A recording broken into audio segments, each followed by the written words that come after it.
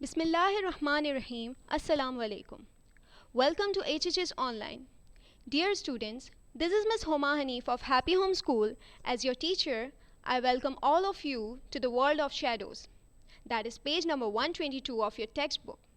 And I really hope that you all are ready for your science lesson. And if you have any questions or concern about the topic, please feel free to ask any question. We will definitely respond to you. Let's start. First of all, I want you to imagine one thing. Let's say you are running around in the park on a bright sunny day. It seems that everywhere you go, something is following you. When you walk slowly, it walks. When you run, it runs. What is it? Any idea? Students, it's just your shadow. You see the shadow of yours behind you. Now, the question is, how is the shadow formed? When is exactly the shadow formed? Can you see the shadow in total darkness too? So let us find answers to these questions and study more about shadows. But before we go to the shadow, let me first tell you the categories in which we put different materials based on how they interact light when they just fall on the surface. So this is a picture of your textbook, that is page number 122, and we are going to discuss all these objects or materials that how they interact light. And after discussing this part, I truly do hope that you all will be able to put these different materials in their correct category. To understand this, let's say you and your friend are standing. There's a screen in between. Let me show you the screen. So now, depending on the kind of a screen this is, three things would happen. First thing, you can easily see your friend, even though the screen is in between, but you can clearly see your friend standing on the other side of the screen. So we can imagine that if we use a very clear glass as a screen, we can be able to see the other person through the glass. So when such a thing happens, we say that material is transparent material. And the reason that you are able to see clearly on the other screen on the other side is because transparent material allows light to pass through them. When light passes straight through a material, that material is known as transparent material. Here we have two examples of transparent material. You can see that. Now, the second possibility is you cannot able to see your friend at all. If this happens, then the reason would be because screen that is put in between is not letting light to pass through it. So you cannot be able to see your friend, and in such a case the material is known as opaque material. Opaque material do not allow light to pass through it. Here we have one example, that is wood. So we can say that wood is an example of opaque object.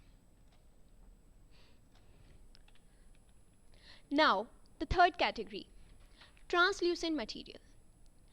Imagine if the screen is made up of paper, so you may not able to see your friend, but wait, you might be able to figure out the movement they are making on the other side of the screen. So it's just like looking at someone through a very thin sheet of paper.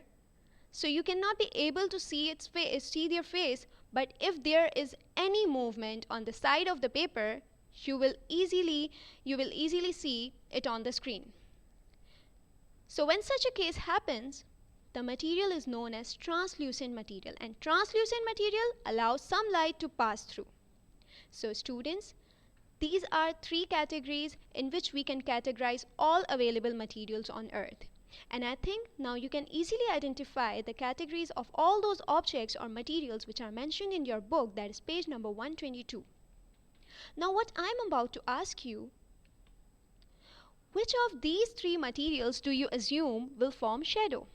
Let me show you. For example, we are given three options. Option A is made up of opaque material.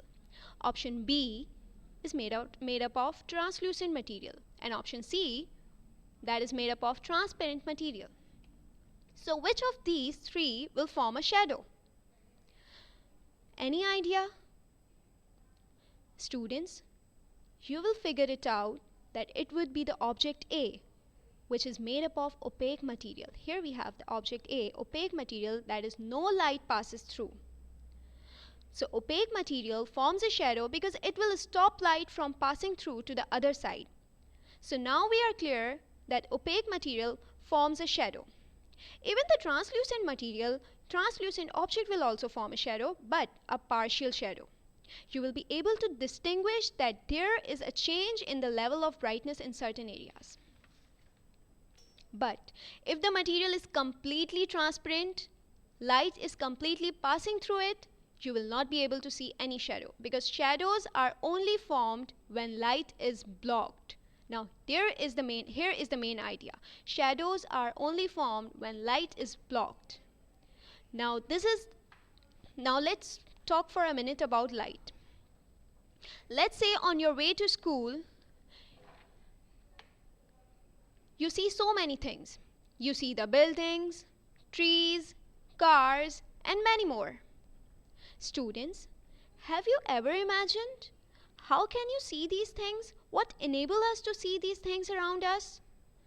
During the day, we get sufficient amount of light from the sun, so we can see the objects clearly. But what? When you enter a dark room, will you be able to see the objects around you? Obviously not, because there is no light present there. But yes, we can see things in dark room when we switch on the light. So light is one of the most important things that is required to see objects around us. The different types of light we see around us is the light from sunlight, torch, bulbs, and we have candles and many more. So these stuff help us to view things around us. Now back to the topic shadow. Can you see your shadow? Of course yes, because your body is opaque, my body is opaque, and it does not allow the light to pass through it. So this is how the shadow is formed behind us. This is how the shadow is formed behind you. Now shadow is formed, sometimes shadow is formed in front of you, because it all depends the position of the sun. Now size of the shadow and growing and shrinking of shadows. Students, the size of the shadow keeps on changing with the position of sun. Shadows are formed on the opposite side as well as in front of you. Now let's change the size of a shadow. Students, I'm just giving you one home task. Do this activity and find out how to generate the largest and scariest shadow of all. You will need some kind of light source. Let me show you. For example, here's the boy is making his own shadow, and here he has taken a toy. So you will need some kind of light source to generate a shadow. To cast a shadow, you have to take an object that blocks light. For example, we have already discussed that opaque object blocks light. Not every object is able to do that, we already know. So you need to take an opaque object that will block light and form a shadow. Now you need a large surface such as wall or screen on which you can make the shadow visible. Again, here's a question. How can you vary the size of a shadow? How can you grow and shrink the shadow? Students, the closer an object is to the light source, the larger the shadow it casts. This is because an object closer to the source will block a larger area of light and increasing its shadow size. So I request you to try this activity and make sure you have these things. Let me show you what you have to gather. You have two measuring tapes. Make sure opaque object that block light such as cup and toy. For example, in last slide we have taken a toy, so you can take any of your toy that blocks light because it's just an opaque material. Then you have flashlight, table, light colored wall. Make sure your workspace should be dim. Paper and pen. You should have observed that shadow size decreases when you move the object away from the source, light source, and increases when you moved it closer. You can block a much larger portion of the light from the source when your object is closer which increases the size of a shadow. So I think this idea is enough to understand how to make shadows grow and shrink. In next lesson, we will learn the length of shadows and many more. If you have any questions, feel free to ask. Thank you.